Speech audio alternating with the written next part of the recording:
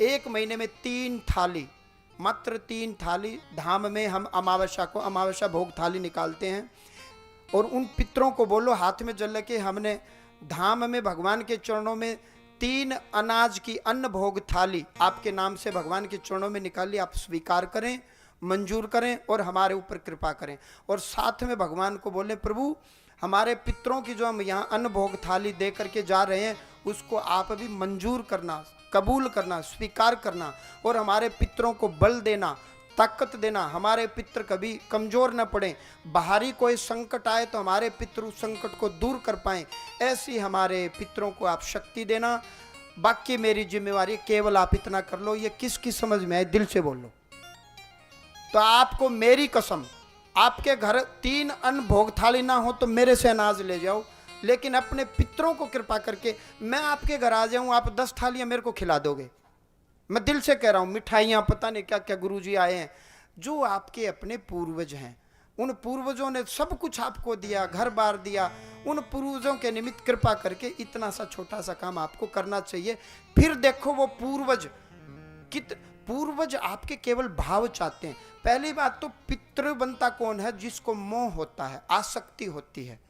जो जीते जी स शरीर जिसने मोह का बंधन तोड़ दिया वो तो मोक्ष को प्राप्त हो जाता है, ब्रह्मलोक को जाता है, वो दोबारा नहीं आएगा। लेकिन मोह जिसके भीतर है वही पूर्वज पितृ बन के आपके घर दोबारा आता है और वो आपसे आशा रखता है कि आप उसको याद करें, उसके प्रति भाव दें। तो ये केवल भाव देने की एक प्रक्रिया है, इतना ही भाव देने से वो खुश हो जाएंगे। अब 2 ईंट रख दी, हम खेत में गए, बोरिंग लगा रहे थे, दिया लगा दिया, हवा आई, उसने हाथ लगाया यूं, तो मैंने कहा ऐसे तो बात बनेगी नहीं। ईंट देखो, 1 ईंट पीछे, 2 ईंट यूं, मैंने कहा इसके अंदर रख दो। वो दिया ना बुझे इसलिए 2 ईंट रखी गई थी, आपने वो 2 ईंट रख दी, बोले हमारे बाप दादा इसके भीतर प्रवेश करेंगे। ये तो मेरी बात है। कहीं बोरिंग लग रहा था, गुरुजी ने वो प्रज्वलित किया, उसने हाथ, बेटा ऐसे बात नहीं बनेगी, ईंट देख, जा दौड़ के ईंट ला, और 5 ईंट ले आया। मैंने कहा एक पीछे रख दो, ऐसे रख, ये दिया इसके अंदर रख दे। तो मैंने कहा ये बाद में जब दीपक उठाए तो ये हटा लेना, कहीं ये सोचे कि गुरुजी को स्थान बना के गए हैं। ये तो सिर्फ इसलिए था कि ये दिया बुझे नहीं। आप लोगों ने क्या किया, 2 ईंट रखनी चालू कर दी। अब जिसके खेत नहीं उसके बाप दादा कहाँ बैठेंगे? सारा परिवार अमेरिका गया तो वो क्या खेत में पाठ पूजा करने आएंगे? जिसका खेत सरकार अधिग्रहण कर ले उसके पितर कहाँ बैठेंगे? और मेरा बेटा मैंने खेत में बैठा दे तो उजाड़ दूं, खुद तो महल में बैठेगा और मैं खेत में रहूंगा। खेत खलियान हमारी शान है, हमारे प्रतीक, हमसे जुड़े हुए, हमारी संस्कृति है। आप अपने पूर्वजों को, जहां जैसे आप अमेरिका गए, आपका भगवान का स्थान वहां भी चाहे छोटा मंदिर बनाओ, धूप दीप अमेरिका में भी भगवान के करोगे, ऐसे ही अपने पितरों को देव स्थान में वो बैठें या आपके संग वो चलें, ऐसी आप पितरों से प्रार्थना करो। आपके घर के पूजा कक्ष में विराजमान हो जाएंगे, वो आपसे पूछेंगे नहीं आपके पिता कहाँ रहेंगे, जहाँ उनका दिल करेगा वहाँ रहेंगे, आपके बैठाने से थोड़े बैठेंगे।